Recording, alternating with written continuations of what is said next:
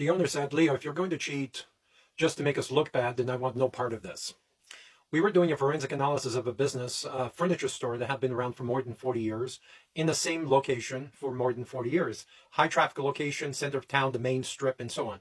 And because they owned the building over a 40-year period, the business paid it off, right? So they figured, we own the building, we don't have to pay rent. Now they felt they were extremely profitable, and they were making over $600,000 in net profit when their competition, they were actually smirking, or they were not bragging that their competition were doing well. And they were saying, the competition is doing, just breaking even.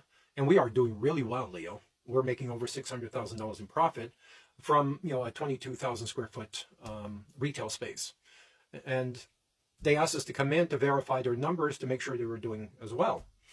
But where it took the wrong turn, when I looked at their financials, I noticed that they were not paying themselves rent, right?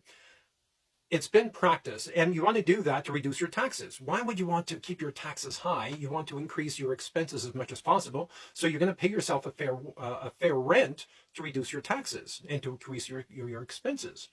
And he didn't like that, because that automatically took him to a break-even point. And he wanted to keep bragging to his friends, neighbors, and competitors that he was doing really well.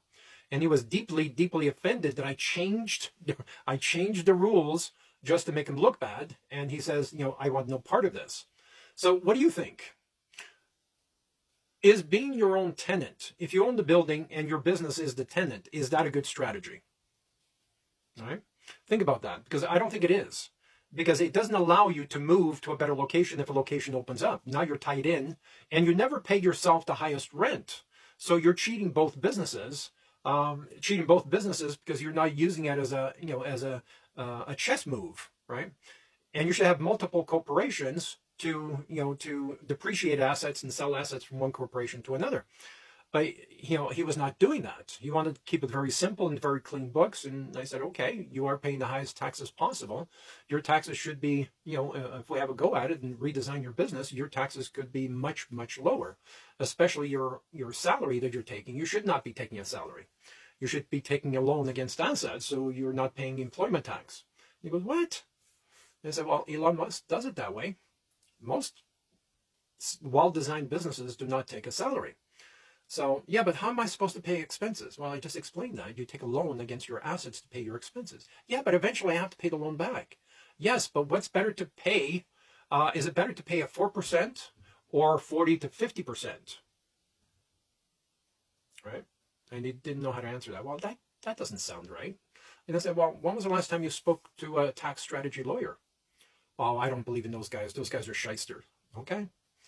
But if they go head to head with your government, on a weekly or monthly basis, and they see them in court all the time and they kick their asses in court, why would you not believe in them? And why, if it's legal, why would you not take advantages of loopholes that are created, right?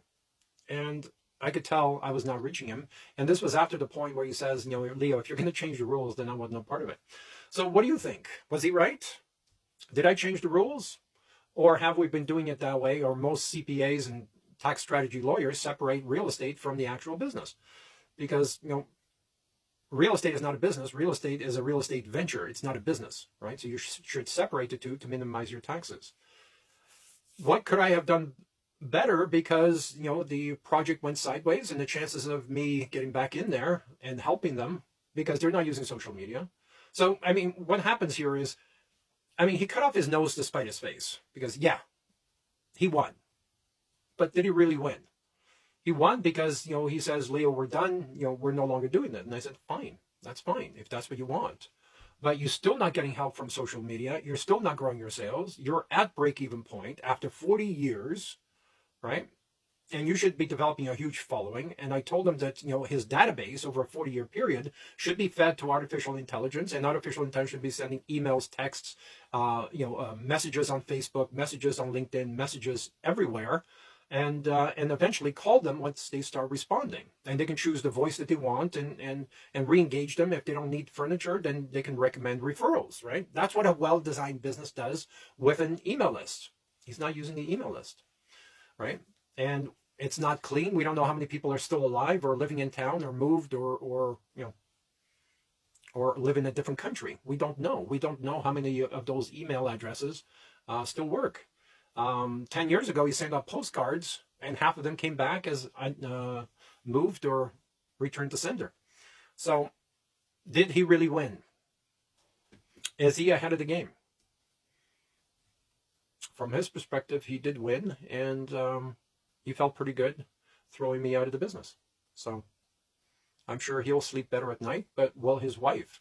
What about his employees that are not seeing any new clients through the door? Most of the time, the salespeople are just sitting on the furniture waiting for people to come in. Those people should be doing social media. They should be posting. If you don't have a client, then work on creating a post. Respond to emails, okay? Well, there's nothing to do on social media because they haven't started the campaign. But, with all those employees and staff and, purchasing department, all those people should be working on social media and creating a profit for the business. It's a shame, a business like this, after they reach a certain level, then they start resting on their laurels, and what happens? The business starts going into the toilet. And he didn't like the fact that I told him he was break even, and he was probably 2 or 3 months away from bankruptcy. If invoices don't get paid, if for whatever reason, if the sales dry up a little bit, he can't meet payroll, he can't pay suppliers, and all of a sudden he's on COD. He gets one negative review, and by the way, they didn't believe in reviews. They had 20 or 30 reviews. That's it over a 40-year period. It does not make sense. If I owned shares in a business like this, he would be fired on the spot for negligence of duty. So was he right? I would like to get your opinion. If you find yourself in the same situation and you're not using social media, if your business is not really growing as fast as it should, type yes below. That's your signal between you and I that you are asking for help without asking for help. Type yes below. Talk